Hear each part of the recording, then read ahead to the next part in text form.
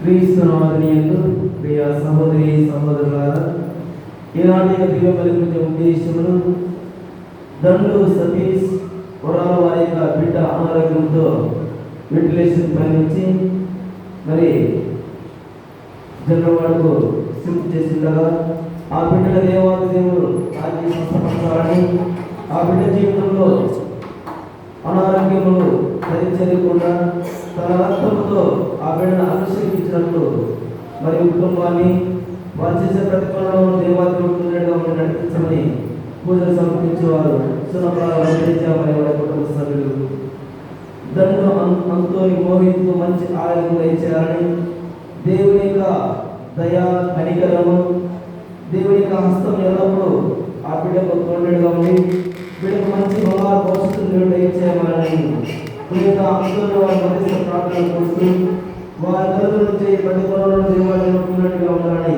పూజలు సమర్పించేవారు దండు కిషోర్ తేజ అనే వారి కుటుంబ సభ్యులు దండు లక్ష్మీ శేఖర్కు మంచి ఆరోగ్యం దయచేయాలని, అనారోగ్యంతో బాధపడుతుండగా పునీత అంతర వారి మధ్యస్థ ప్రార్థనతో వారిని తాకి స్వస్థపరచాలని పూజలు సమర్పించువారు దండు బాలంతయ్య ఆరోగ్యమామయ్య వారి కుటుంబ సభ్యులు పులబుజ్జ రవి, మేరీ, సుప్రజ, వినయ్ కుమార్ మరియు కార్తీక్, కీర్తి, దీప్తిలను దేవాదేవుడు దీవించి ఆశీర్వించాలని ప్రత్యేక విధంగా పులబుజ్జ రవి, మేరీ వారి చేతి ప్రతిఫలలను దేవాదేవుడిలో ఉండి వారి తలంపులు నెరవేరాలని వారి పిల్లలకు మంచి భవిష్యత్తు దయచేయమని సుప్రజ, వినయ్ కుమారులకు సంతాన భాగ్యం దేవుడు దయచేయమని పూజలు సమర్పించువారు పులబుజ్జ రవి, మేరీ మరియు వారి కుటుంబ సభ్యులు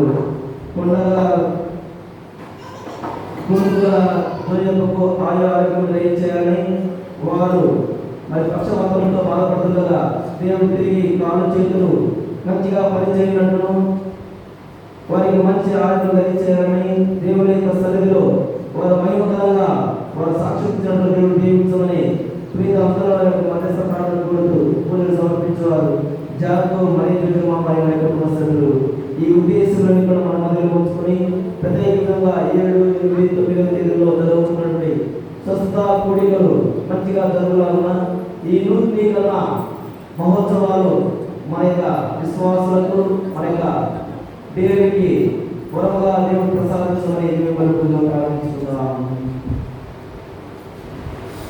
పితా పుత్ర పవిత్రాత్మ నామమున మననాథుడైన యేసుక్రీస్తు కృప, సర్వేశ్వరుని ప్రేమ, పవిత్రాత్మ సహవాసం మీ అందరితో ఉండునుగాక.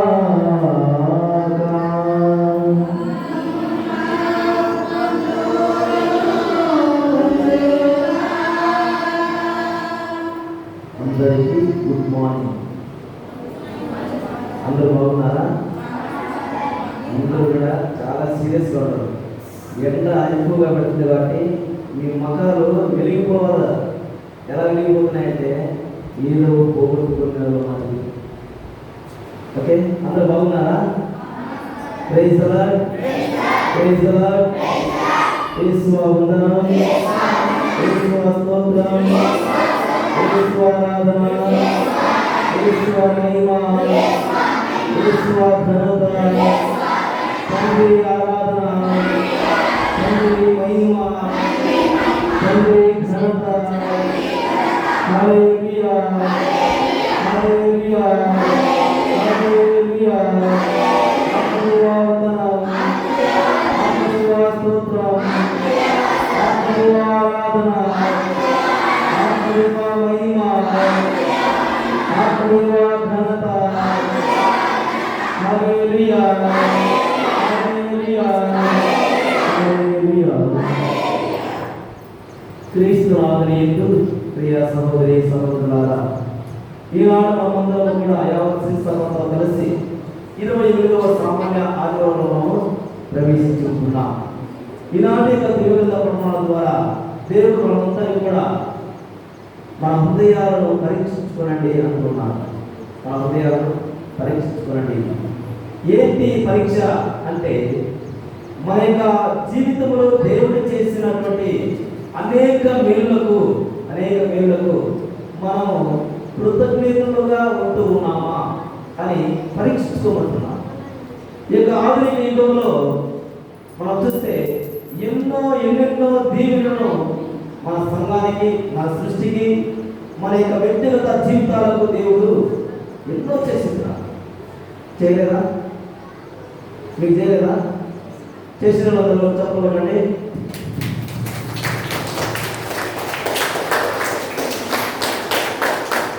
ఓకే, మన జీవితాల్లో దేవుడు చేసిన మేలులకు మరి అందరూ కూడా చప్పట్లు కొట్టారు. ఈ చప్పట్లు కూడా ఏమిటంటే తెలుసా? నీ ప్రతిస్పందన. దేవుడు నాకు చేసిన అనేకమైన మేలులకు నేను ఇచ్చే కృతజ్ఞత, నా స్పందన ఇది. థ్యాంక్ యూ జీసస్ అంటూ మనం చప్పట్లు కొడుతూ ఉంటున్నాం. మరి ముఖ్యంగా ప్రియ సహోదరి సహోదరుల, ఈ ప్రతిస్పందన అనేది ఎప్పుడు కలుగుతుంది అంటే when you have faith. ఎప్పుడైతే నీకు విశ్వాసం ఉంటుందో ఆ విశ్వాసము దేవుని యొక్క వరాలు పొందుటకు పొందిన వరాలను తిరిగి కృతజ్ఞతాపూర్వకంగా దేవునికి సమర్పించే ఏక కృతజ్ఞత బలి పూజ. అందుకే ప్రియ సహోదరి సహోదర, యూకరిస్ట్ అని అంటున్నా. యూకరిస్ట్ అంటే ఇది కృతజ్ఞత సమర్పణ. దేవుడు ప్రభువైన యేసుక్రీస్తు తాను చేసినటువంటి బలియాగంలో ఆయన దేవునికి ఎల్లప్పుడూ కృతజ్ఞత చేశాడు. 5,000 మందికి ఆహారం పెట్టినప్పుడు ఆయన ఏం చేశాడు? రొట్టెలు తీసుకున్నాడు, చేపలు తీసుకున్నాడు. ఆయన కృతజ్ఞత చెప్పి దేవునికి, తన తండ్రికి కృతజ్ఞతలు చెప్పి వాటిని పంచేయండి అని ప్రకటించాడు. అప్పుడు ఏం కలిగింది? సమృద్ధి కలిగింది. దేవుడు అన్ని వేళలా ప్రభువైన యేసుక్రీస్తు దేవుని యందు ఆయన కృతజ్ఞతా భావంతో ఆయన చేసి ఉంటున్నాడు. కావున ప్రియ సహోదరి సహోదర, ఈ నీ జీవితంలో నా జీవితంలో దేవుడు ఎన్నెన్నో గొప్ప కార్యాలు చేసి ఉంటున్నాడు. వాటింటికి నేను కృతజ్ఞతగా దేవునికి మనం జీవిస్తున్నాము. ఏదో ఒక పొరపాటు జరిగితే ఆ పొరపాటును పట్టుకొని గుడికి రావడం మానుకుంటా. గుడికి పోయేది దేవుడు ఉంటే నాకు తీయేస్తాడా? లేకపోతే ఏదో ఒక సంఘటన మన కుటుంబంలో జరిగితే దీనివల్లనే కదా జరిగింది కాబట్టి నేను గుడికి రాను అంటూ మనం అలుగుతూ ఉంటున్నాం. దేవుని మీద అలిగితే మనకేమీ రాదు కాదు. దేవునికి ఒరిగేదేమి లేదు, దేవుడు కోల్పోయేదేమి లేదు. కానీ నీవు నేను మనమంతా కూడా దేవుడి పైన అలిగితే మనం ఏం చేస్తాం? కోల్పోతాం. ఆయన నుండి వర్షంలాగా కురిచే దేవుని యొక్క దీవెనను మనము కోల్పోతాం. ఆయన నుండి మనపై కురుస్తున్నటువంటి క్షమను మనం కోల్పోతాం. ఆయన నుండి మనకు వస్తున్నటువంటి సమృద్ధిని మనము కోల్పోతున్నాం. కాబట్టి ఏదో చిన్న గొడవలు మన జీవితంలో కలిగినప్పుడు, బెనిఫిట్స్ వచ్చినప్పుడు, భేదాభిప్రాయాలు వచ్చినప్పుడు మనము గుడికి రావడం మానుకుంటాం, వ్యక్తులతో మాట్లాడడం మానుకుంటాం, కుటుంబంలో అలుగుతాం. మరి ఈ విధంగా మనం చేస్తే మనం ఏం కోల్పోతాము? దేవుని యొక్క దీవెనను కోల్పోతాం. కాబట్టి అందరూ కూడా ప్రయత్నిస్తున్నాం.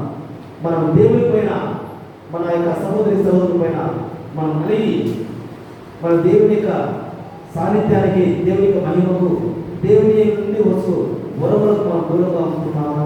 ఆత్మపరిశీలన చేసుకుందాం. అందరూ కూడా కళ్ళు మూసుకొని దేవుని జీవితంలో చేసిన అనేక మేలులకు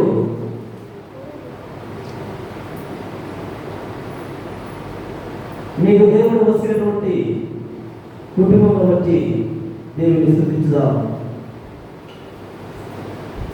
దేవుడు నీ జీవితంలో వచ్చినటువంటి భర్తను బట్టి, నీ జీవితంలో వస్తున్నటువంటి భార్యను బట్టి దేవునికి కృతజ్ఞతలు చెల్లిస్తాం. నీ జీవితంలో నీకు చేసినటువంటి, నీకు వస్తున్నటువంటి బిడ్డను బట్టి నీవు దేవునికి కృతజ్ఞతలు చెల్లించుకుంటున్నావా? నీ జీవితంలో దేవుడు వస్తున్నటువంటి ఇల్లును బట్టి, మంచి గృహాలను బట్టి, భూములను బట్టి, మంచి బంధుత్వాలను బట్టి దేవునికి కృతజ్ఞతలు చెల్లిస్తున్నావా?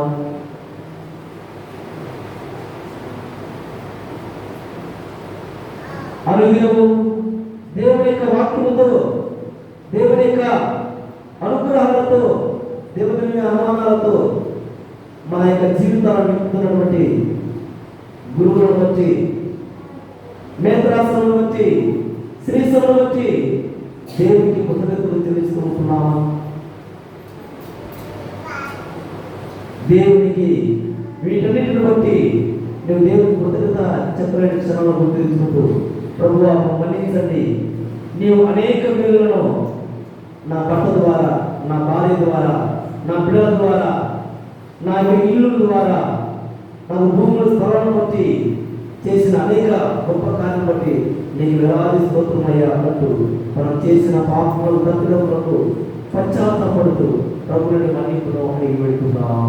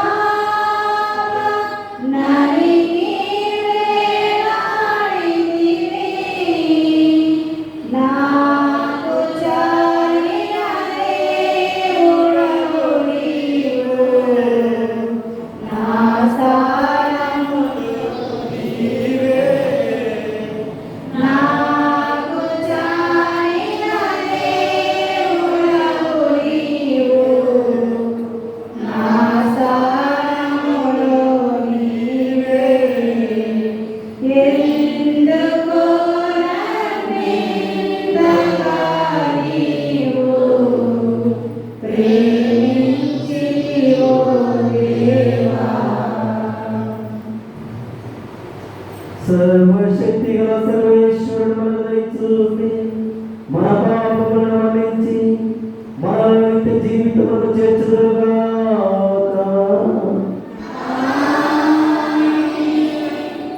ప్రభువా దయ చూపండి. ప్రభువా దయ చూపండి. క్రీస్తువా దయ చూపు.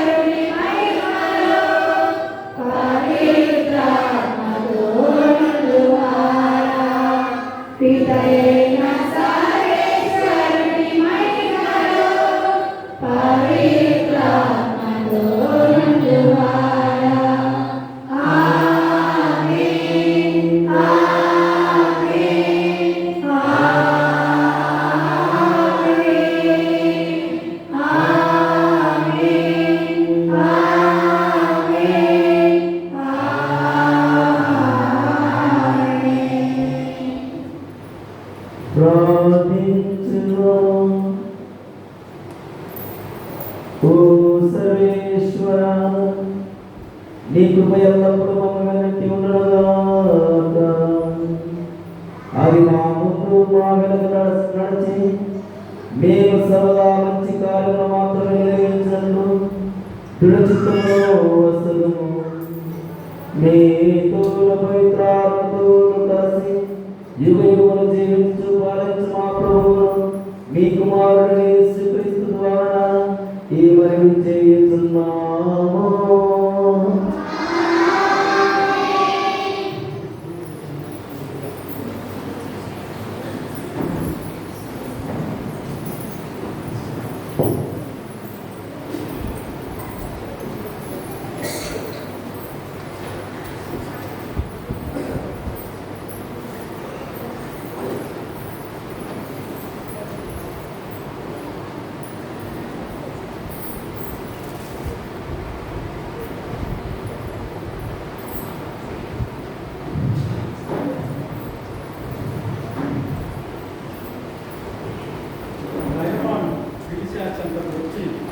ప్రభుని మహిమను చూసి ఆయన కీర్తించారు. మొదటి పట్టణం రాజులు 2వ గ్రంథము 5వ అధ్యాయము 14వ వచనము 17. సేవకుల మాటలు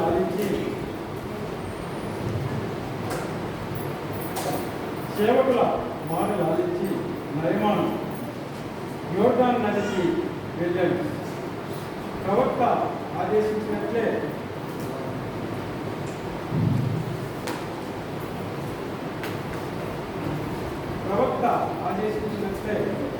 నదిలో 7 సార్లు మునిగి స్నానం చేశాడు. వెంటనే అతని శరీరం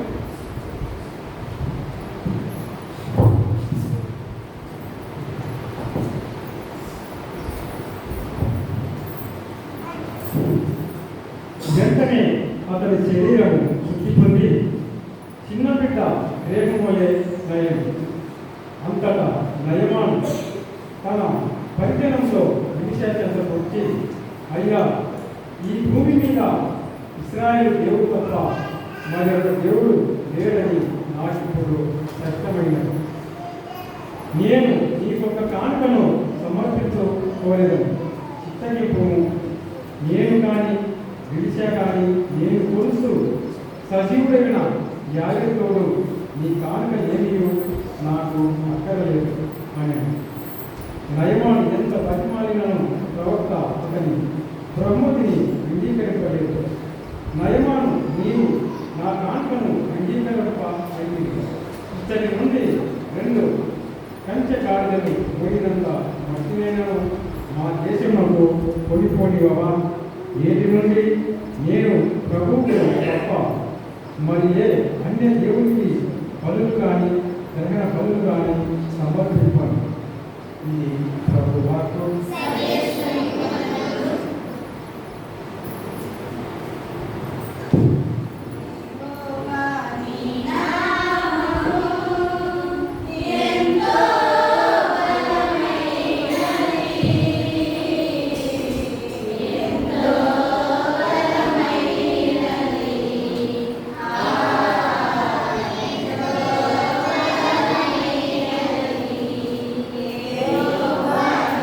Yeah.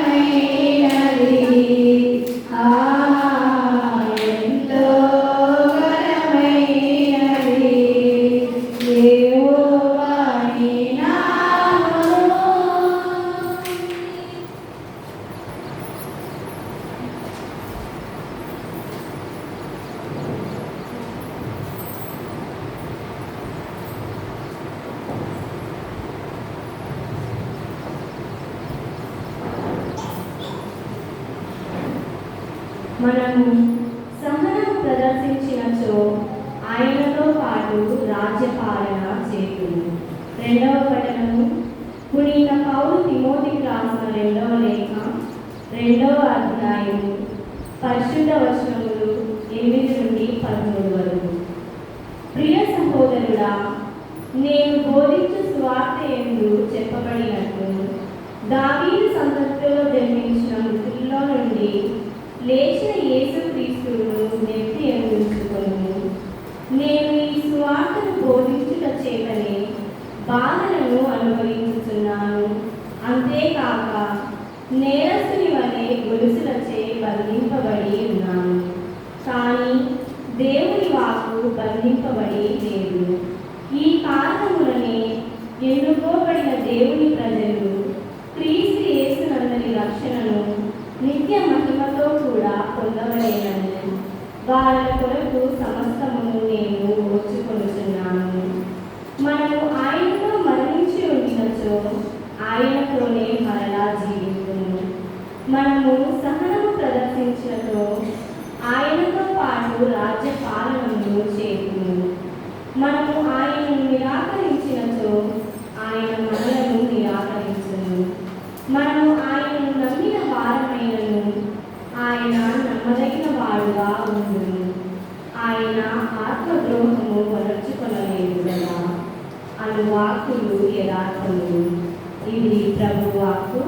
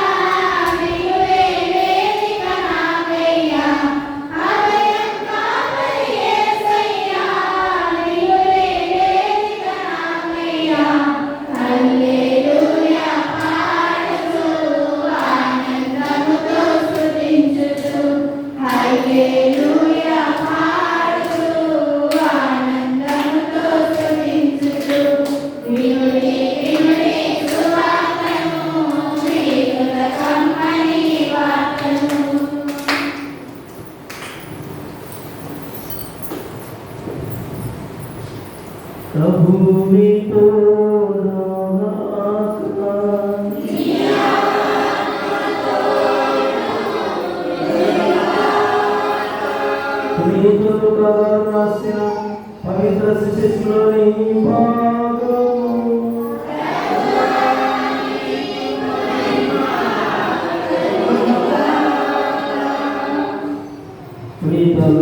రాసిన సువార్త 15వ అధ్యాయం 11వ వచనం నుంచి 19వ వచనం వరకు.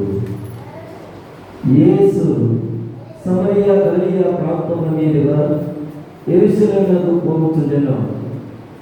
ఒక గ్రామంలో అడుగు పెట్టగానే 10 మంది కుష్ఠరోగులు ఆయనకు ఎదురైరి. వారు దూరమున నిలిచింది గొంతెత్తి, ఓ యేసు ప్రభువా, మమ్ము కరుణింపుము అని కేకలు తెచ్చిరి. యేసు వారిని చూచి, మీరు వెళ్ళి యాజకులకు కనిపింపుడు అని చెప్పాను. వారు మార్గ మధ్యలోనే శుద్ధి పొందింది. అప్పుడు వారిలో ఒకడు తాను స్వస్థుడవుగా గమనించి వెలుగెత్తి దేవుని స్థుతిస్తూ తిరిగి వచ్చి యేసు పాదముల వద్ద సాగిలపడి కృతజ్ఞత తెలిపెను. అతడు సమరయుడు. అప్పుడు యేసు 10 మంది శుద్ధులు కాలేదా?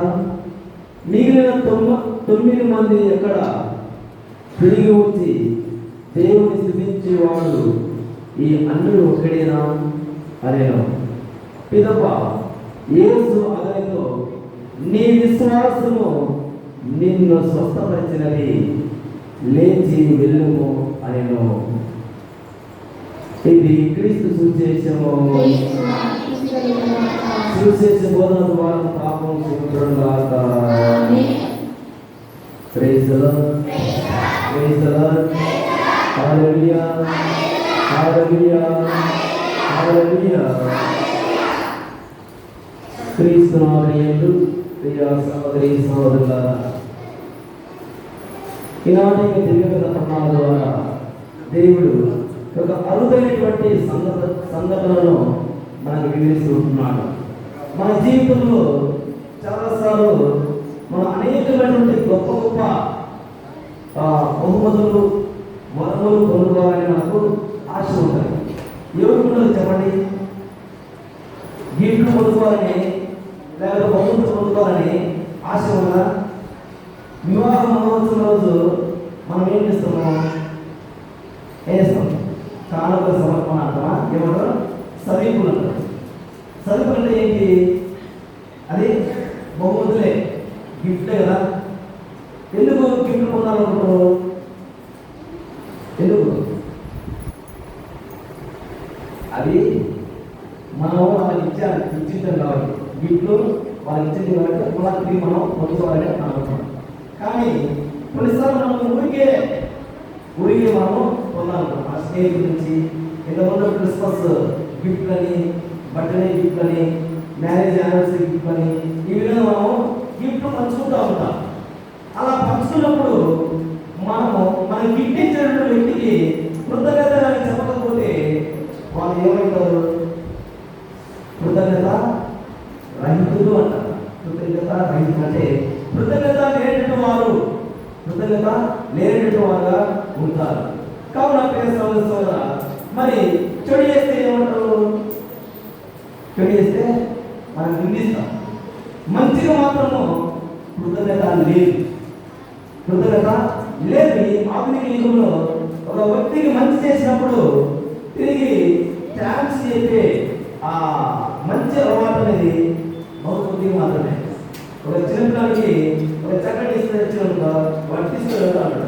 మమ్మీ డాడీ గారు ఉంటే అడిగారు, చెప్పరా థ్యాంక్ యూ రా అంకుల్కు, థ్యాంక్ యూ రా ఫాదర్కు, థ్యాంక్ యూ రా సార్ అని మనం అనుకుంటున్నాం. చిన్నతనం నుంచే మనం ఏమంటున్నాం? థ్యాంక్స్ చెప్పు, సారీ చెప్పు అని వాళ్ళకు నేర్పించినా కూడా పెద్ద అయినాక వాళ్ళకు తెలివి వచ్చిన తర్వాత కూడా ఆ థ్యాంక్స్ అనేది కానీ, కృతజ్ఞత అనేది కానీ, సారీ అనేది కానీ ఈ 2 పదాలు వాళ్ళకు రావు. నేను సారీ చెప్పాలా? ఇద్దరు పిల్లలు క్లాస్ రూమ్లో టీచర్లు పిల్లలు కొట్లాడుకొని టీచర్ వద్దకు వెళ్తే చెప్పరా సారీ చెప్పరా అంటే నేను చెప్పాలని ఈ విధంగా మొండికేసుకొని వారు సారీ చెప్పడానికి కానీ థ్యాంక్స్ చెప్పడానికి కానీ వారు ముందుకు రావడం లేదు. అదే ప్రియ సహోదరులారా, ఈనాడు మన అందరి జీవితాల్లో కూడా ఇదే సాగుతుంది. థ్యాంక్స్ అనేటువంటి మాట అది మనం ఎంతవరకు తీసుకుపోతుందంటే దేవుని యొక్క రాజ్యంలో మన సహవాసులుగా చేసే ఆ కుటుంబము పొందుతాం. అదేవిధంగా విడిపోయిన బంధాలు మరి తిరిగి పొందుకోవడానికి సారీ అనే పదము ఎంతగానో సహకరిస్తూ ఉంటుంది. అందుకే ఈ పదాలు చాలా మన యొక్క క్రైస్తవ జీవితంలో చాలా ముఖ్యం. ప్రియ సహోదరి సహోదరులారా, మన అమ్మగారికి మన అమ్మ మనందరికీ తెలుసు. చిన్నప్పటి నుంచి నీకు ఏది ఇష్టమో ఏది ఇష్టం లేదో మేము తెలుసు. ఓకే, నువ్వు హాస్టల్ నుంచి వస్తానే మొట్టమొదటిగా ఏం చేస్తుందేమా, నీకు ఇష్టమైనటువంటి నాకైతే పాయసం, ఓకే బెల్లం పాయసం కానీ మా అమ్మ ఎప్పుడు నేను సింగర్ నుంచి ఇంటికి నాన్న బెల్లం పాయసం చేస్తాను. తర్వాత నాకు కచ్చికాలు అంటే ఇష్టం, కచ్చికాలు కూడా చేస్తాడు. మరి నీకేం ఇష్టమో మీ తల్లికి అవి తెలుసు. కాబట్టి అవి చేసినప్పుడు ఎంతమంది మన తల్లిదండ్రులకు thank you mummy, thank you daddy అని నాకు చెప్పగలుగుతున్నాం. ఒక్కసారైనా మమ్మీ నాకు రుచికరమైనటువంటి వంటలు పెట్టావు, ఆస్తులు తినలేక నేను ఉన్నాను అని ఒక్కసారైనా మమ్మీ ఇంకా ఏమంటాం? ఇట్ ఇస్ అడ్వాంటేజ్ తీసుకుంటున్నాం. అడ్వాంటేజ్ అంటే మనకు అమ్మ కదా కాబట్టి అమ్మ నాకు వంట చేయాలా, నా బట్ట వద్దు కాదా, నాకు అన్ని కూడా సమకూర్చాలా. డాడీ ఆయన నాకు కావలసినటువంటి ఆస్తిని అన్ని కూడా నాకు చదువును అన్నింటిని ఇవ్వాలా, ఎందుకు ఇది నా హక్కు అని చాలా మందిని ఈ విధమైన ధోరణితో మనం జీవిస్తూ ఉంటున్నాం. అది ఈ కృతజ్ఞత భావము ఎక్కడికి వెళ్ళిపోతుంది? సమాజంలోనా?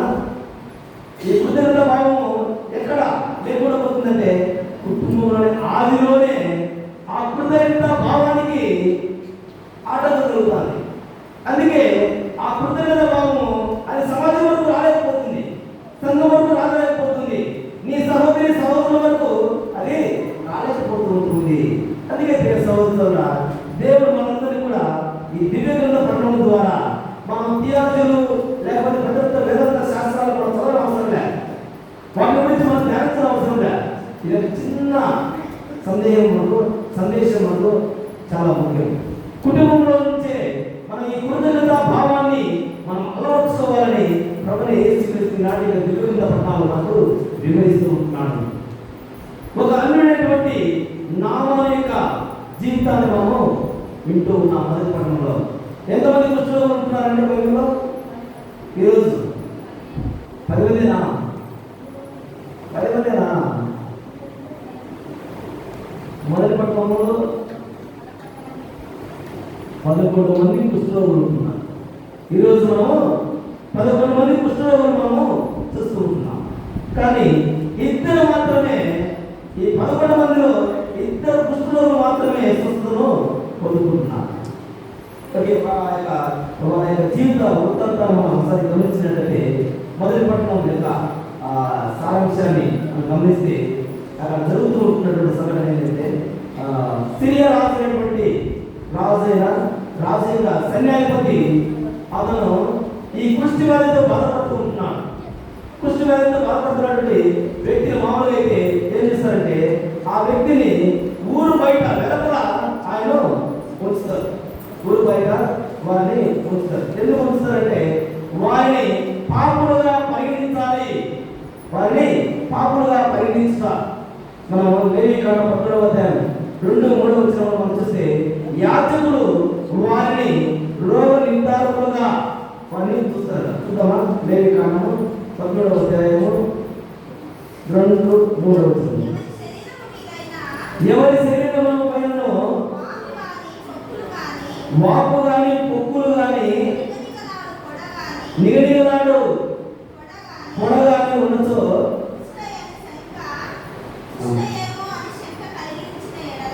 కుష్టి అని మీకు సందేహం కలిగచ్చు, అతనిని అహరోను వంశీయులైనటువంటి యాజకుల వద్దకు తీసుకెళ్ళిపోండు. వారు చేస్తారట, ఇది కుష్ఠరోగము, కాబట్టి వీరిని వెలుపల పెట్టండి, వీరు పాపాత్ములు అని నిర్ధారించి వారిని వెలుపల తీసుకుపోయి ఊరు చివరన పెట్టేవారు. ఊరు చివరన పెట్టినప్పుడు మరి వారు అక్కడ జీవించేవారు. కానీ సైన్యాధిపతి సిరియా రాజు అనేటువంటి సైన్యాధిపతి అంటే సిరియా రాజుకు ఈ వ్యక్తి నామాను చాలా ప్రేమైనటువంటి వాడు, చాలా ప్రేమైనటువంటి వాడిని మనం ఏమైనా చేస్తామండి, మనం తీసుకొని బయట పెడతామా? కరోనా టైంలో ఎంతమంది కరోనా వచ్చింది చెప్పండి? కరోనా టైం ఎవరికి రాదా? Praise the lord, praise the lord. Corona వచ్చిన వాళ్ళను మనం ఎక్కడ పెట్టేవాళ్ళు తెలుసా? గదిలో పెట్టేవాళ్ళు. వాళ్ళ గదిలో బంధించి నువ్వు బయటికి రావద్దు, నువ్వు రూమ్లో అన్నని వాళ్ళ రూమ్లో చీకటి గదిలో పెట్టి వేసేవారు. అన్నాన్ని బయటికి ఇచ్చారు, అవునా కదా, ఇస్తారా కదా. చాలా మంది కరోనా వచ్చింది మీకు, కానీ మీరు ఎవరైనా చెప్పండి రాలేదా మీకు? ఈ గ్రామంలో కదా మనం పునరుద్ధరణ ఎవరికి రాదా? రాలేదా? రేస్తారా? అందరూ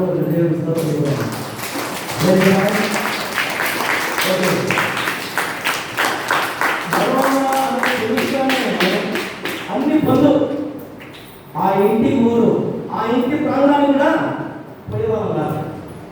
ఈ పుష్టి వారితో బాధపడుతున్న వారిని కూడా ఏమేమి చేసేవాళ్ళు తెలుసా? వాళ్ళు వాని దగ్గరికి పోకుండా వాళ్ళు ఏం చేయాలంట, ఒక గంట పెట్టుకొని ఆ గంటను మోగించంట. నేను అశుద్ధుడని గంట కొట్టేవాళ్ళ. ఈ విధంగా వారి యొక్క జీవితం. కానీ నామన విషయంలో ఇలా జరగాలి. నామన విషయంలో ఆయన ఊరి బయటికి తీసుకోవాలి. కానీ ఇక సిరియా రాజు అనేక ఇంట్లో పెట్టుకొని ఆయనకు బాగు చేయాలి, ఏ విధంగా బాగు చేయాలంటే ఆ తపన ఆయన ఉంటుంది. కరోనా టైంలో కూడా అంతే కదండి. మనం ఏదైనా బయటికి తెచ్చుకుందామని ఏదో మామూలు జ్వరం వస్తుంది అని ఇంట్లో పెట్టుకొని వాళ్ళు పోయి చేసినాం. ఎందుకు పోయి చేసినాము? అతను మనము ప్రేమిస్తున్నాం కాబట్టి. అతను ఎక్కడో హాస్పిటల్లో అక్కడెక్కడ కరోనా టైంలో పెడితే వారికి ఇంకా ఏదో వాళ్ళ యొక్క వ్యాధి కూడా వారికి చదువుకొని ఎక్కువగా వ్యాధిగ్రస్తులు అవుతారనే భయంతో మన ఇంట్లో మనకి సకల వైద్యాన్ని మనం అందించాం. అదేవిధంగా సిరియా రాజు కూడా తన యొక్క సైన్యాధిపతి నామాలను ఎక్కడికి పంపుతున్నాడు? ఇజ్రాయెల్ దేశంలో ఉన్నటువంటి ఎవరి దగ్గరికి పంపాడు? ఎలీషాతో పంపినాడు. ఎలీషాతో పంపినాడు. ముందుగా మనం చూస్తే ఇక్కడ అక్కడ జరిగినటువంటి సంఘటన ఆ రాజు దగ్గరికి పంపించాడు. ఏ రాజు దగ్గరికి పంపించాడు చూస్తాము.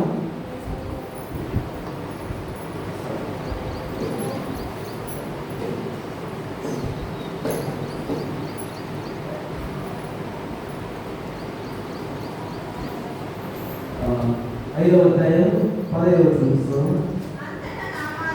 అంతటా నామాను సారీ అదే కదా 13వ వచనం. అప్పుడు సేవకులలో ఒకడు అడ్డుపడి అయ్యా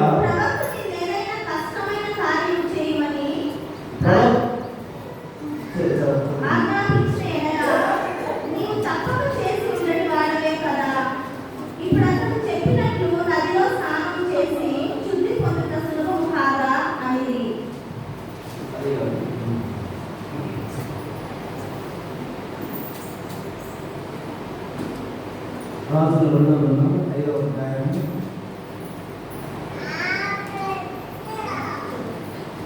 4వ వచనం.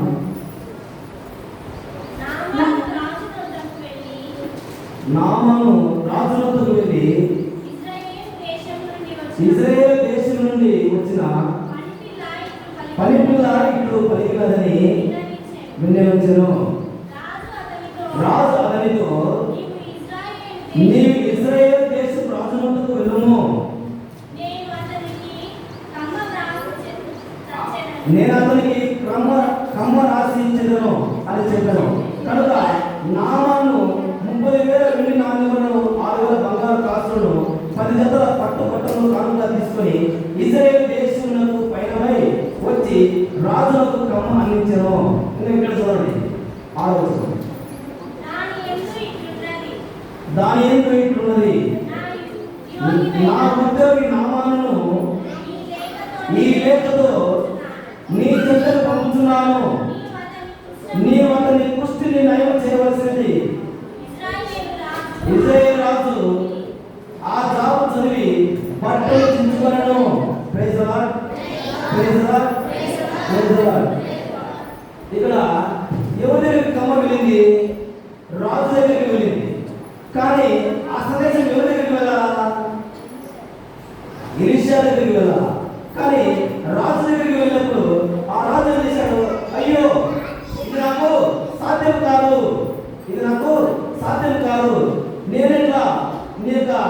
సేవకుని యొక్క కుష్టి వ్యాధిని నయం చేస్తామని ఆయన పట్టులు తీసుకొని మా మీద ఏదో నువ్వు పుట్టపోయి పని చేస్తున్నావు అని ఈ యొక్క రాజు అరణ మనం చూస్తూ ఉంటున్నాం. ఈ విధంగా ప్రియ సహోదరి సహోదరులారా జరిగిన తర్వాత అక్కడ ఉన్నటువంటి వాళ్ళు పనిచేస్తున్నటువంటి ఒక వ్యక్తి లేదు మన యొక్క దేశంలో ఒక ప్రవక్త ఉన్నాడు,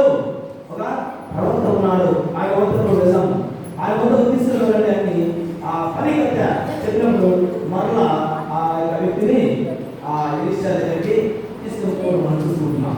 ప్రియ సహోదరి సహోదరులారా ఇక్కడ మనం గమనించవలసిన విషయం ఏంటంటే నీ యొక్క జీవితంలో జరుగుతున్నటువంటి కుష్టి అన్నటువంటి అనేకమైన సమస్యలకు నీవు జవాబు ఎవరి వద్ద వెతుకుతున్నావు? ఈ విధంగా రాజు వద్దకు నీ బాధలు, నీ కష్టాలు, నీ శ్రమలు తీర్చలేనటువంటి వ్యక్తుల వద్దకు మనం వెళ్తూ ఉంటున్నామా? మనం దేవుని యొక్క శక్తిని, దేవుని యొక్క మహిమను మన ఎరువుక మనుషుల వద్దకు మనము మన యొక్క సహాయం కొరకు వారి వద్దకు వెళ్ళి మనం అభాషపాలు అవుతూ ఉంటున్నాం. అభాషపాలు అంటే అవమానములు పొందుతున్నాం. కానీ ఇక్కడ ప్రియ సహోదరి సోదరులారా దేవుడు వారిని హెచ్చరిస్తూ ఉంటున్నాడు. దేవుని యొక్క ప్రవక్తగా, దేవుని యొక్క యజమానిగా, దేవుని యొక్క మెసెంజర్గా ఎలీషా వారి యొక్క మధ్య నిలుస్తూ ఉంటున్నాడు. ఇక్కడ ఒక అన్యుడైనటువంటి నామాను ఎంతో విశ్వాసంతో, ఎంతో భక్తితో తన యొక్క కానుకలను మనం తీసుకువచ్చినట్టుగా మనం చూస్తూ ఉంటున్నాం. ఏమేమి తెచ్చాడైనా 6,000 బంగారు కాసులు, 10 జతల బట్టలు కానుకగా తీసుకొని ఆయన ఇశ్రాయేలు దేశంలో వెళ్ళెను అని. ఇశ్రాయేలు దేశం అది పవిత్ర భూమి, అది పవిత్ర భూమిగా వారు గ్రహించేవారు. అందరూ బట్టి ప్రియ సహోదరి సహోదరులారా మరి ఈనాడు ఈ యొక్క అన్యుడైనటువంటి నామాను జీవితంలో జరిగినటువంటి 2 సంఘటనలు మనము గమనించాం. 2 సంఘటనలు. ఒకటి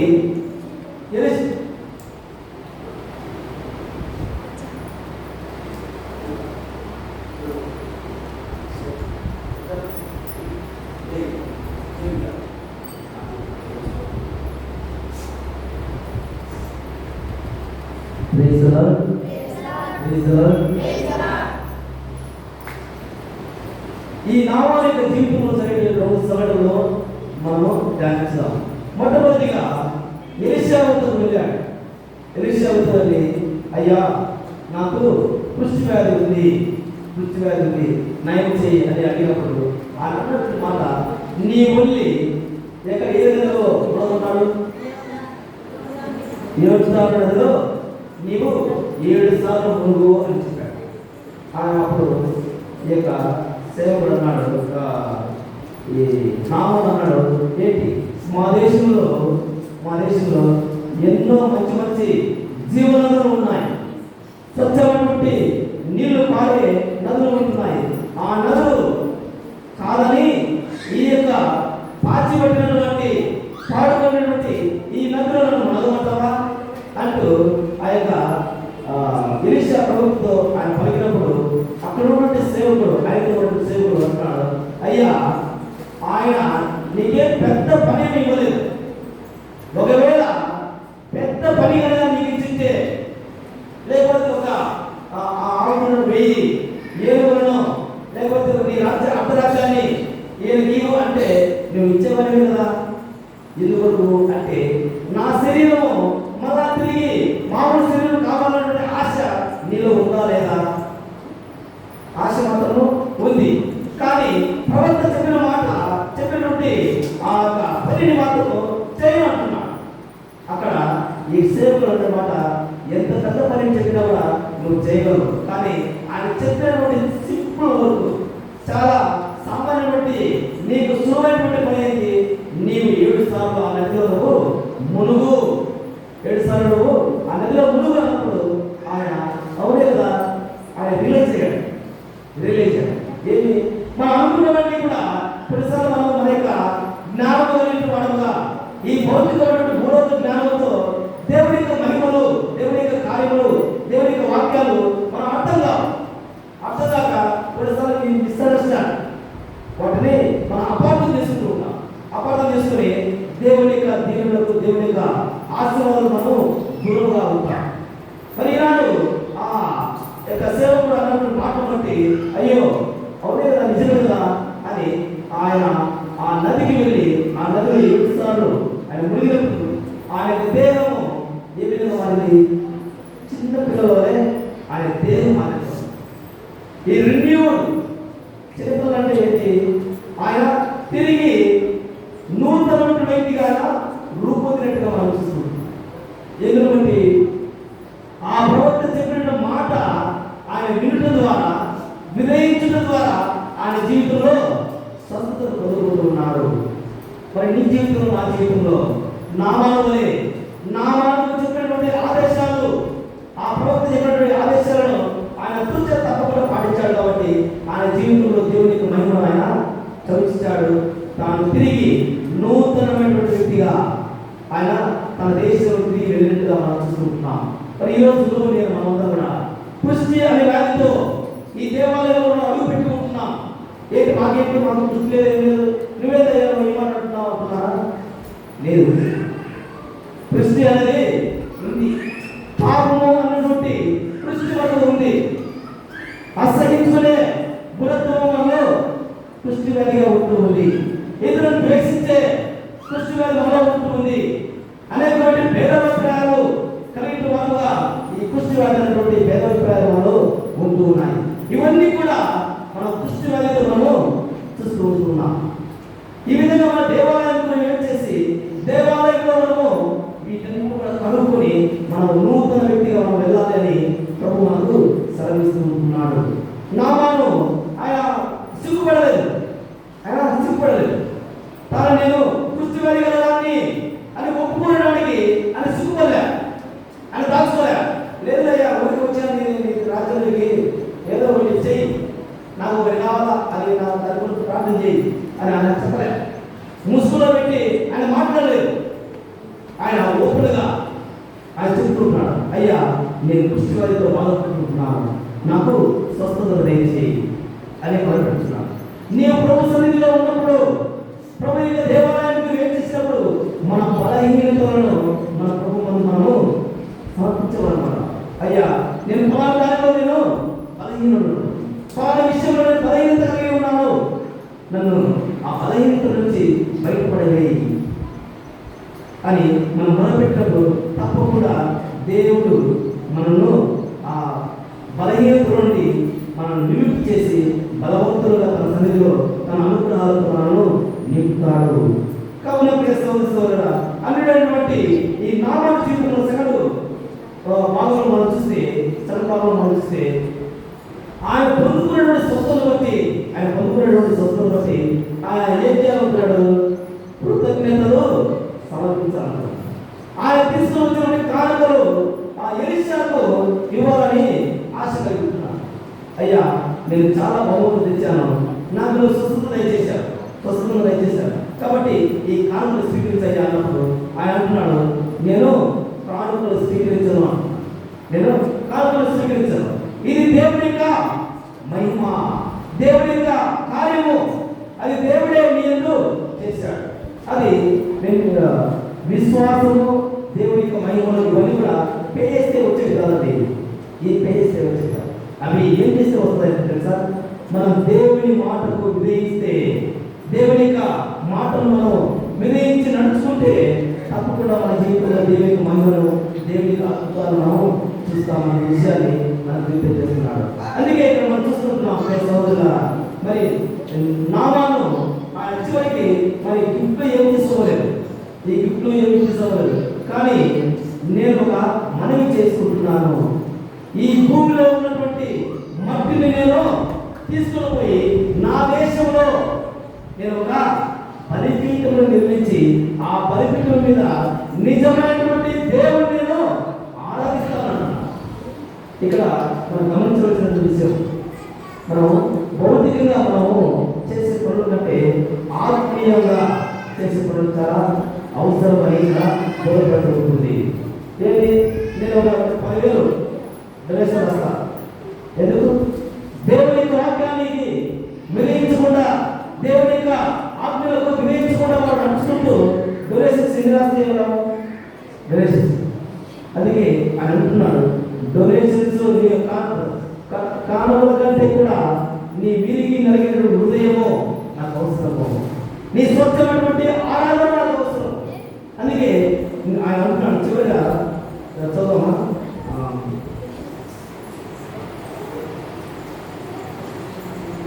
15వ వచనం చదవండి. 15వ వచనం. అంతట నామాను ఆ పరిజనము తన పరిజనముతో తన ఎలీషా వద్దకు వచ్చి, అయ్యా ఈ భూమి మీద ఇశ్రాయేలు దేవుడు తప్ప ఈ భూమి మీద ఇశ్రాయేలు దేవుడు తప్ప మరి ఒక దేవుడు లేడని నాకు ఇప్పుడు స్పష్టమైనది. Praise the lord, praise the lord, praise the Lord. మరి ఎప్పుడైనా కానీ ఈ మాట నువ్వు చెప్పావా? ఈ భూమి పైన, ఈ సృష్టి పైన, భూగోళం పైన నీలాంటి దేవుడు మరొకడు లేడయ్యా అని అంగీకరించిన చెప్పండి, చెప్పండి. Praise the lord, praise the lord. ఈ భూలోకంలో ఇలాంటి దేవుడు మరొకడు లేడయ్యా అంటూ గొప్ప సాక్షిస్తున్నాడు. నేను ఈ భూమి మీద ఇశ్రాయేలు దేవుడు తప్ప మరొక దేవుడు లేడని నాకు స్పష్టమైనది. స్పష్టమైనది స్పష్టమంటే తేజస్సులో ఇంకా తెలిసినో ఇంకా వేలు లేకూడదు. వేలంటే ముసుగు అనేది ఉండదు.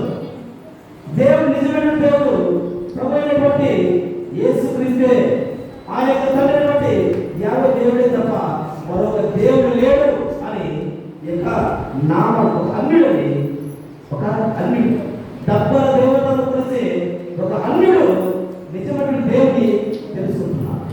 మరి నువ్వు నేను మొదట నిజమైన దేవుడిని మనం మన సొంత రక్షణగా అంగీకరించుకుంటాం. మరి ఆ గొప్ప సాక్ష్యాన్ని మన అనుదిన జీవితంలో మనం జీవిస్తుంటున్నామా? మరి చివరిగా మనిస్తే నేను ఒక కానుకలు సమర్పించుకోలేదను చిత్తము అనేను. ఎలీషా కానీ ఎలీషా నేను కొలుచు సజీవుడైన యావే తోడు దేవుడు నీ కానుకలేమీ నాకు అక్కర్లేదు నామాను ఎంత గొప్పమైన ప్రవక్త అనే బంధువులు అప్పుడు నామాను నీవు నా కానుకను అంగీకరింపవైతివి ఇక నుండి 2 కంచెల గాడిదలు మోయినంత మట్టినైనను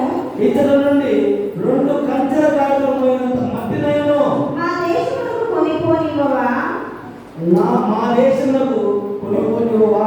నేటి నుండి నేను ప్రభువులకు తప్ప మరి ఏ అన్య దైవములను బలులను కానీ దహనబలులను కానీ సమర్పించను. Praise the lord, praise the Lord. ఏం చెప్పాడు? నేను ఈ దేవునికి తప్ప మరి యొక్క దేవునికి, మరి యొక్క దేవతలకు బలులను కానీ కానుకలు కానీ నేను సమర్పించను అని నామాన్ని పలుకుతున్నాడు. మరి ప్రియ సోదరా, నేను చిన్నతనంలో చెప్పని మా అమ్మగారు చెప్పలమ్మ దేవాలయం ఉంది తెలుసా నీకు? తెలియదు చాలాకి కొంతమందికి అలా టీవీలో తెలుసు. కమలాపమ్మ ఏరియా.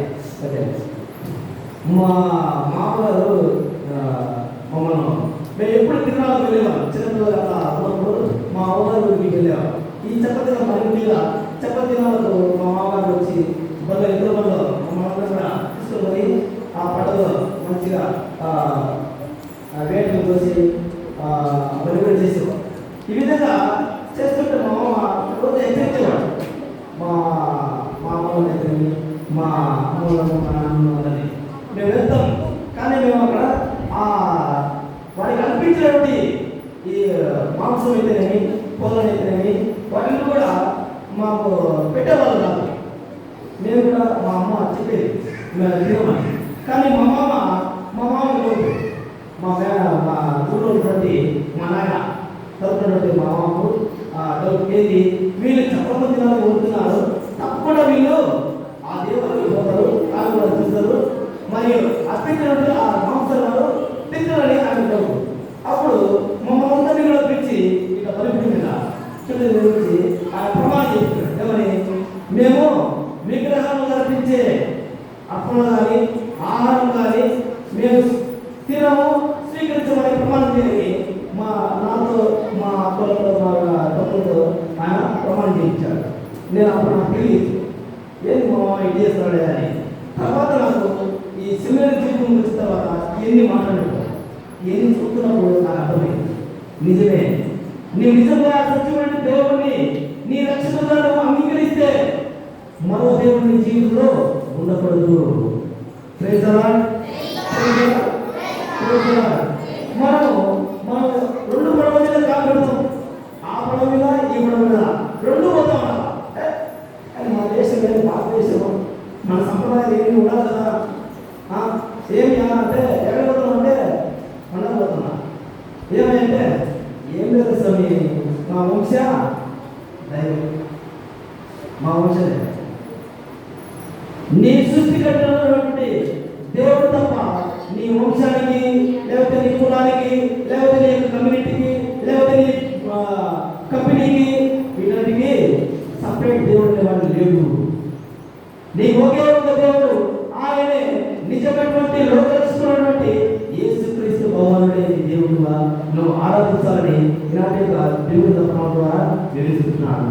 ఆయన ఒక అన్యుడు చెప్పినటువంటి సాక్ష్యం, నేను మరో దేవుని ముక్కను నా గుర్తుల ప్రాణం కొరకు నేను తప్పన దేవతలను ఆరాధించను, నిజమైనటువంటి ఇశ్రాయేలు దేవుడినే నేను ఆరాధిస్తానని కరాఖండిగా చెప్పాడండి. ఆ తీర్మానం నీలో నాలో నా అందరిలో కలగాలి.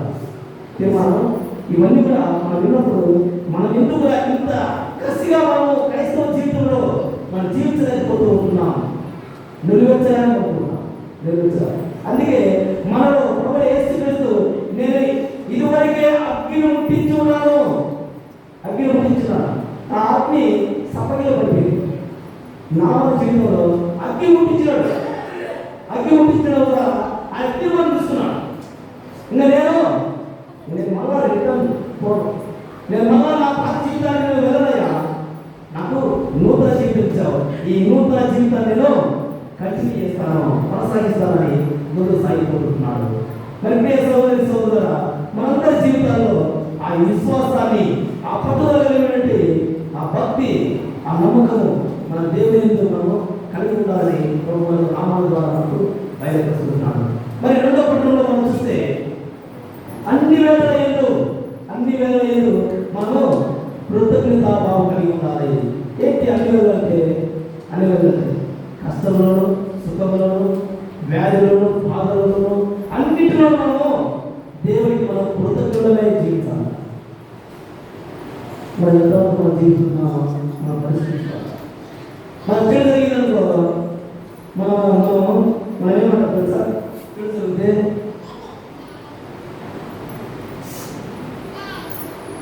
చాలాసార్లు మనకి ఏదైనా జరగగానే మన కుటుంబంలో జరిగితే మనం కోల్పోయేటువంటి భర్త కావచ్చు, భార్య కావచ్చు, అలాంటి సందర్భంలో మనము దేవుణ్ణి ఈ విధంగా మనం తిరుగుతూ ఉంటాం. ఆయన ఏ విధంగా తిరుగుతున్నాం? ఈయన చెప్పండి, ఏ విధంగా తిరుగుతున్నాం? మంచి జరిగితే దేవుడురా, మంచి జరిగితే ఈయనేం దేవుడురా, ఈయనేం దేవుడురా అంటూ మనం చాలాసార్లు దేవుడిని నిందిస్తూ ఉంటాం. కానీ చాలా మంది భక్తులు వారి జీవితాల్లో ఎవరు కూడా నిందించలేదు. భక్తులు తెస్సలోనిక ప్రజలు రాసినటువంటి మొదటి లేఖ 5వ అధ్యాయం 16-18 మనం చూస్తాం. అన్ని వేళ అన్ని సమయంలో మనము కృతజ్ఞత కలిగి మనము ఎల్లప్పుడూ దేవుని యందు ఆనందింపుడు. Praise the lord. Praise the lord. Praise the Lord. కావున ప్రియ సహోదరి సహోదరులారా, దేవుడు మనకిచ్చినటువంటి స్వేచ్ఛ జీవితం, మనకిచ్చినటువంటి అనేక వరములకు గాను దేవుడు మనము కృతజ్ఞత తెలియచే వారుగా ఉండాలని మనకి ఇలాంటి స్వస్థ పట్టణంలో మనం వేసుకుంటున్నాం. 10 మంది కుష్టి వ్యాధి వస్తూ ఉంటున్నారు సోదరు. కానీ ఒక్కరు మాత్రమే తిరిగి దేవుని సన్నిధికి వస్తూ ఉంటున్నారు. మరి దగ్గర వారు ఎవరయ్యా అంటే వారంతా కూడా యూదులు. కానీ సమరయుడు ఉంటామన్న సమరయుడు అంటే అన్నిటిగా గమనించేవాడు. ఎందుకు సమరయుడు అయ్యాడు అని మనం గమనించినట్లయితే ఇక్కడ జరుగుతున్న సంఘటన క్రీస్తు పూర్వం 720వ శతాబ్దంలో జరిగిన సంఘటన. దావీదు పరిపాలించిన కాలం అంతవరకు సొలొమోను రాజు అధికారం పొందినంత వరకు కూడా ఇశ్రాయేలు ప్రజలందరూ కూడా ఒకటిగా ఉన్నారు. ఒకనొక సందర్భంలో యెరొబోము వారి రాజ్యపాలన సందర్భంలో అశ్షూరీయులు ఏం చేశారంటే యూదా ప్రజలు ఇశ్రాయేలు ప్రజలను వాళ్ళ దేశానికి వాళ్ళు తీసుకువెళ్ళారు. కొంతమంది తీసుకుపోయి వాళ్ళందరూ కూడా ఏమయ్యారంటే ఆచారాలు వారి యొక్క ఆచారాలు వీళ్ళు పాటించారు. అంటే వాళ్ళ పిల్లలను వీరు పెళ్లి చేస్తున్నారు, వీరి పిల్లలను వాళ్ళు పెళ్లి చేసి వాళ్ళంతా కూడా ఏమయ్యారు సమరయులయ్యారు. వాళ్ళందరూ కూడా ఎందుకంటే వారు కలుషితమయ్యారు. యూదా ప్రజలైనటువంటి ఇశ్రాయేలు ప్రజలు కలుషితమయ్యారనేటువంటి ఆ బ్రాండ్ అనేది సమరయులకు వారికి ఇచ్చారు. మరి రెండవదిగా మనం చూస్తే కొంతమంది అక్కడ ఉన్నటువంటి వారు ఇక్కడికి వచ్చిన తర్వాత డబ్బా దేవతలను ఆరాధిస్తున్నారు. నామం ఏంటంటే అన్ని బాలు దేవతలను మరి ఇతర దేవతలను ఆరాధిస్తున్నట్టుగా వీరు కూడా ఆరాధించడం ద్వారా వారిని సమాజం నుండి వెలివేసి మీరు వేరే జాతి వారు, మీరు పక్కన ఉండండి, మీరు వచ్చి మమ్మల్ని కలుషితం చేయొద్దు అని వారు ఊరు బయట వారిని పెట్టడం. అందుకే వారిని సమరయులు అంటాం. అందుకే యేసు ప్రభువు యాకోబు పాల్గొన్నప్పుడు సమరయ స్త్రీ అడుగా వచ్చింది. యేసు ప్రభువును ఆ యొక్క వారి ఊరి నుంచి పంపించేవారు. ఎందుకంటే యూదులు మా గ్రామంలో మీ రావద్దు, మేము మీ గ్రామంలో రావద్దు, కాబట్టి మేము ఆ ఊరు చుట్టూ దిగి వెళ్ళారు. ఈ విధంగా మరి సమరయులను చూసేవారు. కానీ ఇక్కడ ప్రేసవసర సమరయుడు 9 మంది యూదులు అందరూ కూడా ఒక ప్రాంతంలో ఉంటున్నారు. వారిని సమాజం ఏం చేసింది, మీరందరూ కూడా పాపులే, నువ్వు సమరయుడు అని కాదు, నీవు యూదుని కాదు, నువ్వు మరొకటి కాదు, కానీ పుష్టి అనేటువంటి పాపం నీలో ఉంది, అందరూ ఒకటే, పాపంతో నిండిన వారందరూ కూడా ఒకటే, కాబట్టి మీరందరూ కూడా ఒక చోట ఉండండి అంటూ వారిని ఊరు బయటికి వెళ్ళేశారు. కానీ మరి అక్కడ నేను సమరయుడు కాబట్టి నేను పక్కన ఉంటాను మీరందరినీ అక్కడ ఉన్నారా? అక్కడ లేదు. కానీ మన ఆధునిక యుగంలో ఆ భేదాభిప్రాయాలు ఉన్నాయి. కానీ ఆనాడు లేవు. కుష్టి అనేటువంటి పాపము వారిని ధరించలేదు కాబట్టి అందరూ కూడా ఒకటిగా ఉంటున్నారు. మనందరి జీవితాల్లో చిన్న పాపం అంటూ కుష్టి మనందరూ కూడా ఏకం చేసింది. మనందరూ కూడా ఆ కుష్టిగా ఉంటూ ఉంది. అందుకే మనందరం కూడా ప్రభు సన్నిధికి మనం రావాలి. ఆయన వద్దకు వచ్చి ఆయనకు వినయించి మన ఆ కుష్టి వ్యాధిని మనము విముక్తి పొందాలని దేవుడు మనకు పిలుపునిస్తున్నాడు. అందుకే మనం చూస్తే మొదటి వచనంలో వస్తాం, యేసు ప్రభు ఆ పట్టణం గుండా వెళ్తుండగా దూరంగా ఉన్నటువంటి యేసును గుర్తించినటువంటి మీరు వారు ఏమంటున్నారు చదవమా? సమరయ గలిలయ ప్రాంతం గుండా యెరూషలేమునకు పోవచ్చునేను. ఒక గ్రామమును అడుగు పెట్టగానే 10 మంది కుష్ఠరోగులు ఆయనకు ఎదురైంది. దావీదు కుమారుడా నన్ను దాటిపోనయ్యా, నజరేయువాడా నన్ను విడిచిపోకయ్యా, దావీదు కుమారుడా నన్ను దాటిపోకయ్యా, నజరేయువాడా నన్ను విడిచిపోకయ్యా, నీవు కరుణించయ్యా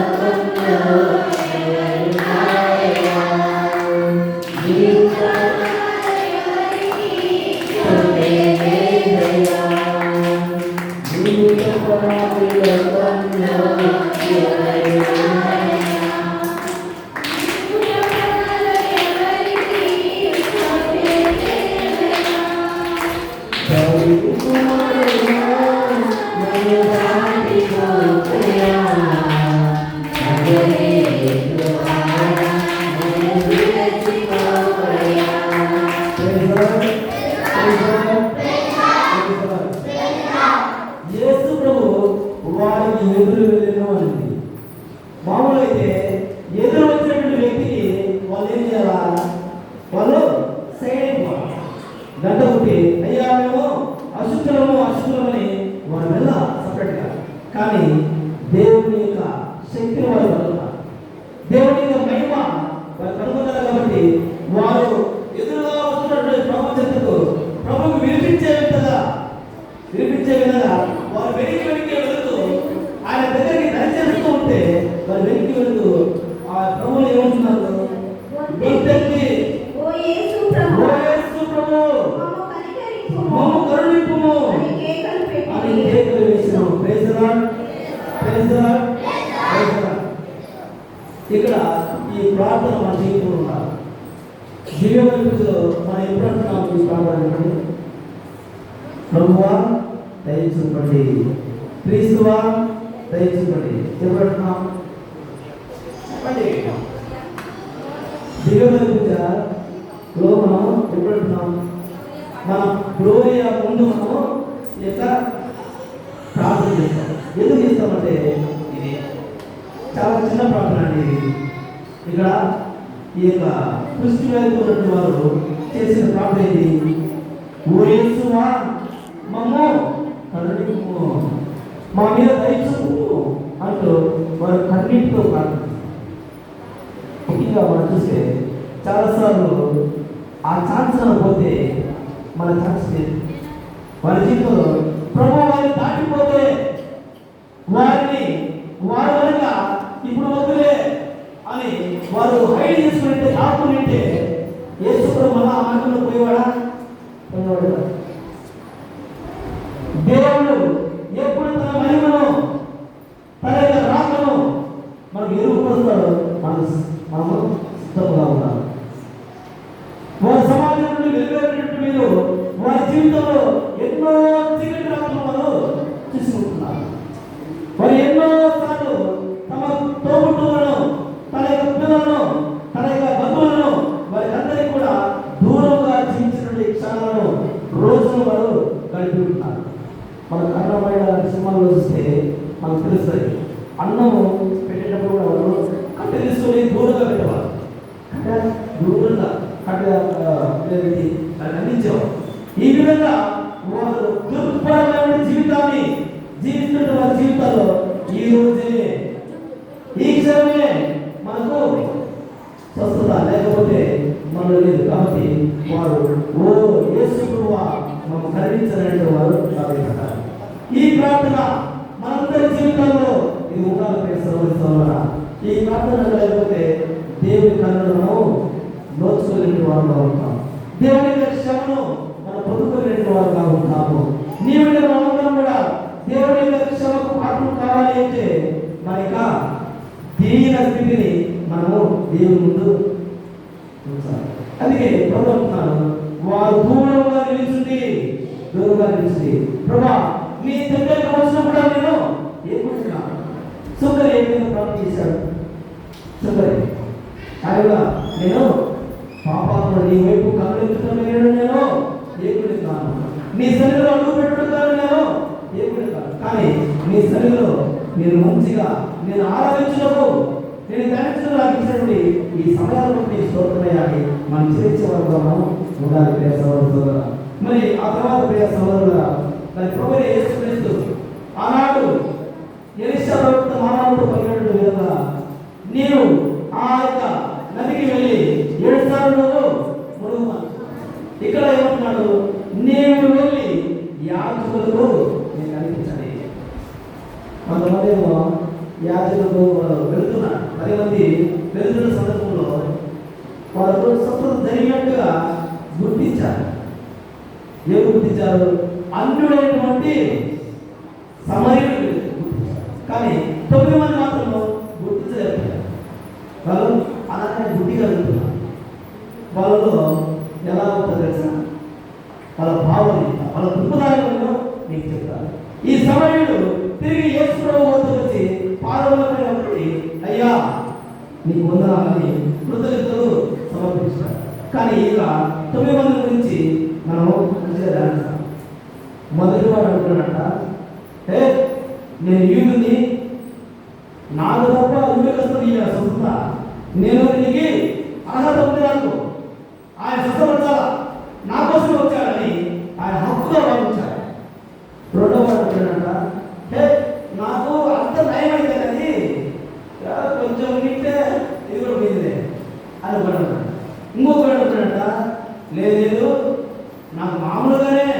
ఈ వ్యాధి అప్పుడప్పుడు వస్తా అనేది పోతా ఉంటుంది ఇది, మరి అదేవిధంగా ఎప్పుడు కూడా పోయింది కానీ ఈ విధంగా వారు ఒకరొకరు సాగులు చెప్పుకుంటున్నారు.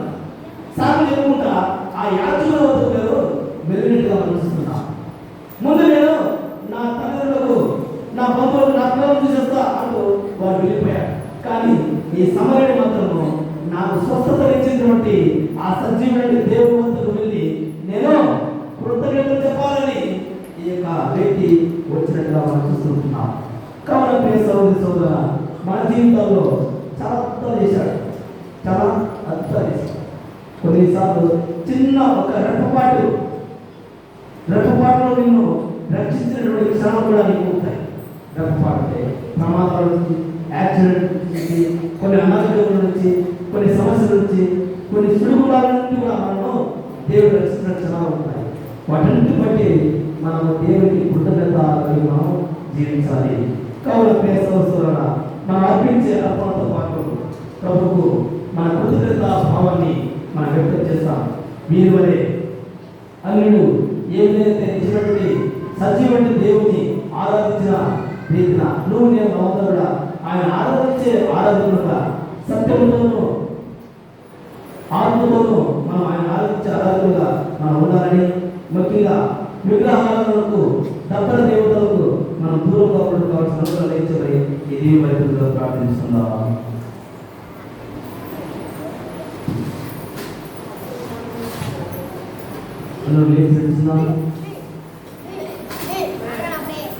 పరలోకమును భూలోకమును సృష్టించిన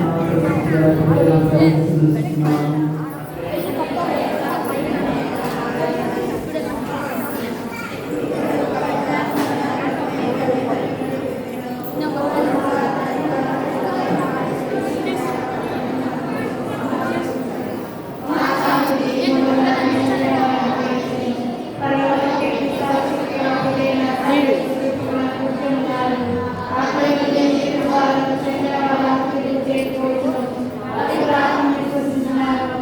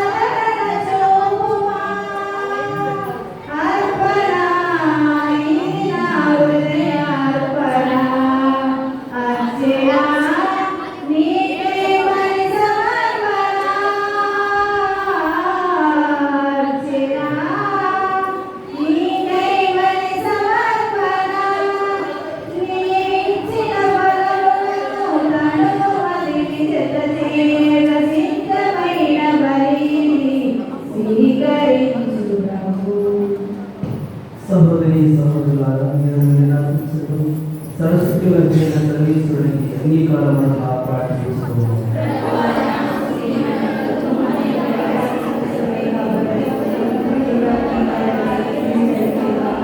ఓ ప్రభువా, నీ విశ్వాసాల ప్రార్థనలో సమర్పించడంతో పాటు దయతో స్వీకరించుము. భక్తులను నిర్వహించి పవిత్రపై మమ్మల్ని స్వర్గ మహిమలోకి నడిపించుగాక. మా ప్రభు క్రీస్తు ద్వారా ఇవన్నీ చేయించున్నాము. ప్రభు మీతో ఉండుగాక.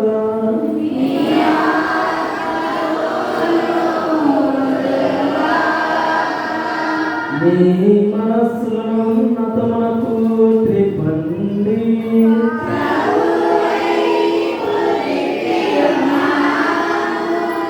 మన దేవుడైన ఏలిన వారికి కృతజ్ఞత తెలుపుదాము.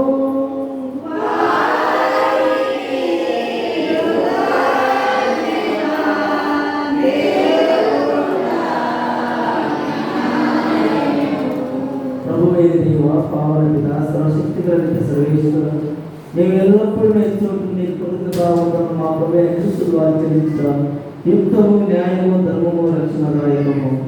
ఏదైనా నీ వాక్కు అయిన క్రీస్తు ద్వారా సమస్తము సృష్టించినవి. మమ్మల్ని విమోచించుటకై నువ్వు పక్ష రక్షకుడు అక్కడే అలా పవిత్ర ఆత్మల శరీరం ధరించి కన్యక నుండి జన్మించను. నీ చిత్తమును నెరవేర్చుతూ నీకు పరిశుద్ధ పదవులు సంపాదిస్తూ అతను హస్తమును చాచి శిలవపై శ్రమను అనుభవించను. ఇట్లా అతను మరణ సంఖ్యలో అనుగ్రహించను. కనుక దేవదూతలతో నీతో కలిసి ఏక స్వరముతో నీ మహిమను ప్రకటించడం ఎట్లనగా,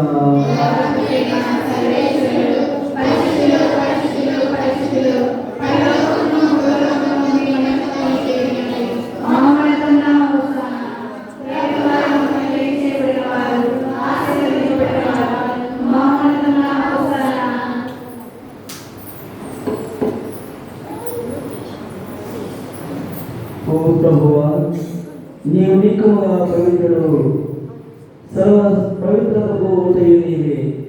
కనుక నీ పవిత్ర ఆత్మ ద్వారా ఈ కాలములలో పరిశుద్ధత ప్రతిమాడుతున్నాము. ఈ విధంగా మా కొరకు మా ప్రభువైన యేసుక్రీస్తు శరీర రక్తములు అగులుగాక.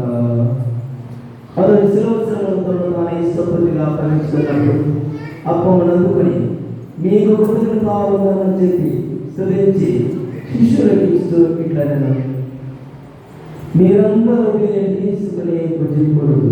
ఏదైనా ఇది మీ కొరకు అప్పగింపబడుతున్న నా శరీరము.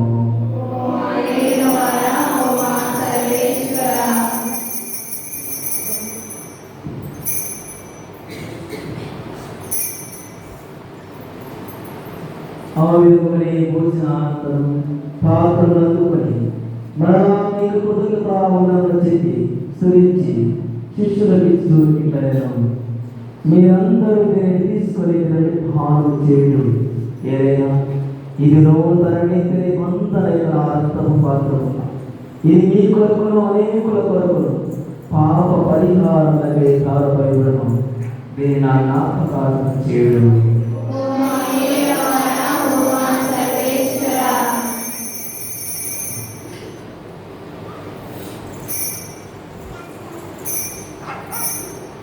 ఇది విశ్వాస రహస్యము.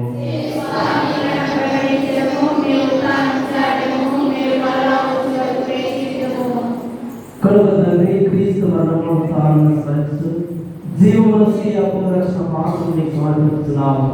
మీ సమకూలని పరిచయం చేయడము పావులుగా చేసినందుకు వందనం తెలుస్తున్నాము. క్రీస్తు రక్తమందు పాల్గొనము పవిత్ర ఆత్మ ద్వారా ఐక్యపరచుడైనట్టు మారుతున్నాము. ఓ ప్రభువా, ప్రపంచమంతా వ్యాపించిన విశ్వేశ్వర జ్ఞాపకం మా ప్రధాన జగత్తులను మా సైనాల ప్రకాశపడాలని తదితర గురువులందరితో పాటు మమ్మల్ని ఇక్కడ గురుకులందరినీ ఈనాడు దిగుబడి పూజలు సమర్పించిన వారి యొక్క ఉద్దేశములను వారి కుటుంబాలను సైతం వారికి స్వస్థతను దయచేస్తూ నీ కృపలో వారికి ప్రభా ఈరోజు నామాలను స్వస్థపరిచిన సమరయ్య కుష్టి వ్యాధిని స్వస్థపరిచిన వీరిని స్వస్థపరిచి నీ కృపలో వారిని విశ్వాసములో ప్రేరణను పరిపూర్ణ చేయము. ఉత్తమతో జరిపిన మా సహోదరి సహోదరులు మీ కైకమతో జరిపిన వారందరినీ ఆత్మను వారిని ప్రకాశం చేసుకోండి. వాళ్ళకి దేవుని గారి పరిమాత్మలను ఆమె భర్త యొక్క చదివి వారితో ధన్యులని అపోస్తులతోనూ ఆవిడ సేవ చేసిన జ్ఞానులందరితోనూ మాకు నిత్య జీవితంలో భాగమే చేయము. అప్పుడు వారు కలిసి మా ద్వారా నిన్ను స్తుతించి మహిమపరచుము. క్రీస్తు ద్వారా క్రీస్తుతో క్రీస్తునందు సర్వశక్తిగా పితైన సర్వేశ్వర పవిత్రాత్మతో ఏకమయుండు నీకు యుగ యుగములు గౌరవ మహిమలు కలుగును గాక.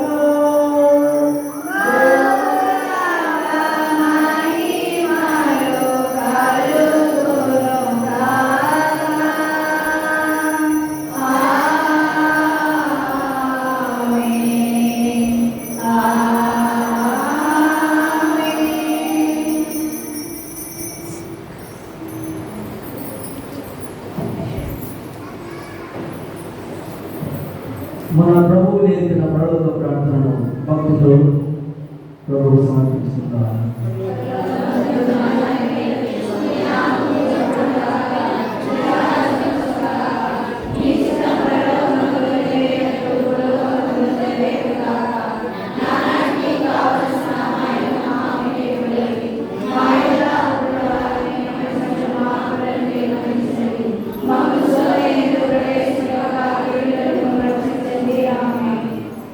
ఓ ప్రభువా, అన్ని కీడులను రక్షణము మా యేసులో మా శాంతి ప్రసాదించండి.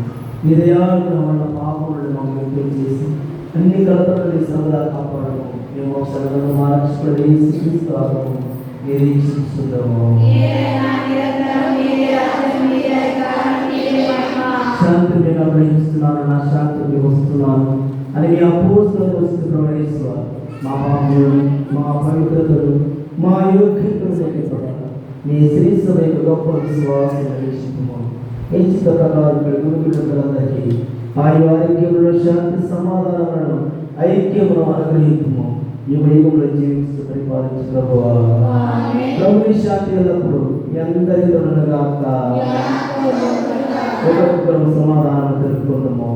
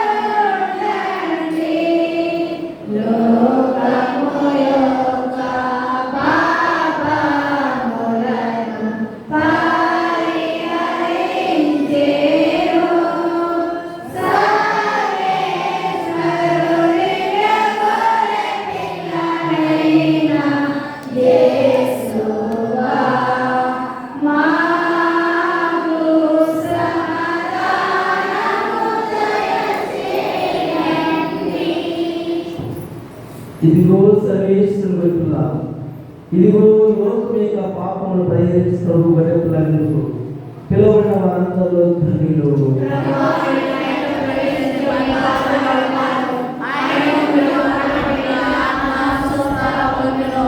క్రీస్తు సర్వము సుఖాన్ని చేర్చుకొనుగాక. ఆమేన్.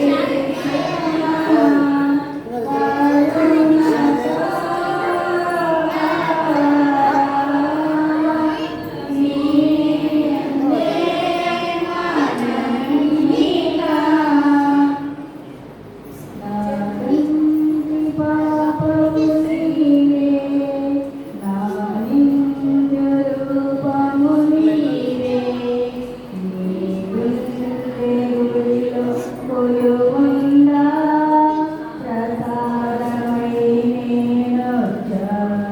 నా తండ్రి పాపము నీవే, నిన్నను విసర్జిస్తాను, నిన్నెలపై కాలుగాను. నిన్నను విసర్జిస్తాను, నిన్నెలపై కాలుగాను. నీ పాపాలు తుడిచెయ్యాలని నీకోసమే సిలువెక్కాను. అందుకే ఇస్తున్నా నా దేహం, నా దేహం. ఇదిగో ఇస్తున్నా నా రక్తం, నా రక్తం. నా తండ్రి పాపము నీవే, నా నిండు రూపము నీవే. నీ గుండె గుడిలో కొలువున్నా ప్రసాదమై నేనొచ్చా. నా తండ్రి పాపము నీవే, నీవు నిత్యం జీవించుట నా తండ్రి సంకల్పం. నీవు నిత్యం జీవించుట నా తండ్రి సంకల్పం. నా ఉత్థానంలో నీవు భాగస్థుడు కావాలి. అందుకే ఇస్తున్నా నా దేహం, నా దేహం. ఇదిగో ఇస్తున్నా నా రక్తం, నా రక్తం. నా తండ్రి పాపము నీవే. ఈ కన్యాస్నానం చేసినప్పుడు క్రీస్తుని ఆత్మా, క్రీస్తుని శరీరమా, క్రీస్తుని రక్తమా, క్రీస్తుని రక్తం నుండి కాల్పడినట్టుగా క్రీస్తు అనుభవించిన కష్టమా,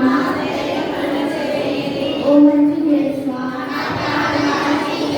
ఈ ఆయన లోపల నేను ఎడబాయినట్టు దూర చేతిలో వెతుకుంటున్నట్లు నా మరణ సమయమందు నన్ను మీ సన్నిధికి అప్పుడు మీ కుమికులతో కూడా ముగింపులేని కాలము పరిపూర్ణ ఫలము గల జపము మహావరం కలిగిన మంచి చేసుగా రాజులైన ఎగువరి సమూహంలో మహారాజైన దిగి సరసంపడి నా చేతులను నా కాళ్ళకు తెలుసుకున్నాడు. నా ఇంటిని ఇచ్చినాడు దేవవారి గురించి పూర్వకాలము దాగి మీరు తెలుసుకున్నారని ప్రారంభించుకొని దేవవారి యొక్క ఎక్కువ ఆయనను నీటిని భక్తి పట్టుదలతో ముందుకుపోతున్నాను. నా అంతరంగమును విచారించి తలపించే సమయమందు దృఢమైన విశ్వాసము, నమ్మిక, దైవ ప్రేమ, ఉన్నతను నా పాపములు నిజమైన మనస్తాపమును వానికి కలిగిన ప్రతిజ్ఞను నా హృదయముతో గుర్తింపు మంచి చేసువా. దేవాలయం పరలోకమందున మా యొక్క తండ్రి, మీ నామము పూజింపబడుగాక, మీ రాజ్యం వచ్చుగాక, మీ చిత్త పరలోకమందున నెరవేరినట్లు భూలోకమందు నెరవేరుగాక.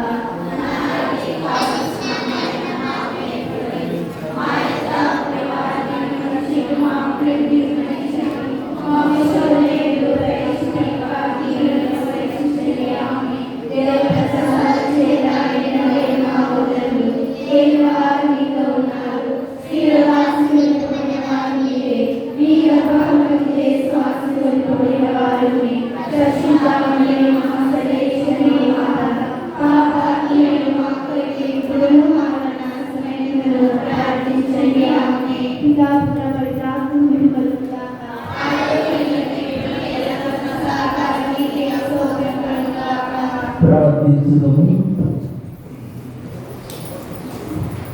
కృపా సత్య సంతులన మా ప్రభువా, నీ వైభవమును మిక్కిలి వినయముతో ప్రార్థిస్తున్నాము. పరమ పవిత్రమైన కుమారి శరీర రక్తములతో మాకు ఆహారం ప్రసాదించి మాకు పోషిస్తున్నావు. అదే రీతిగా అదే దైవ స్వభావంలో మేము భావస్థులం చేయము మా ప్రభు క్రీస్తు ద్వారా మనం చేయించున్నాము. ఏలవాడు నీతో ఉండుగాక.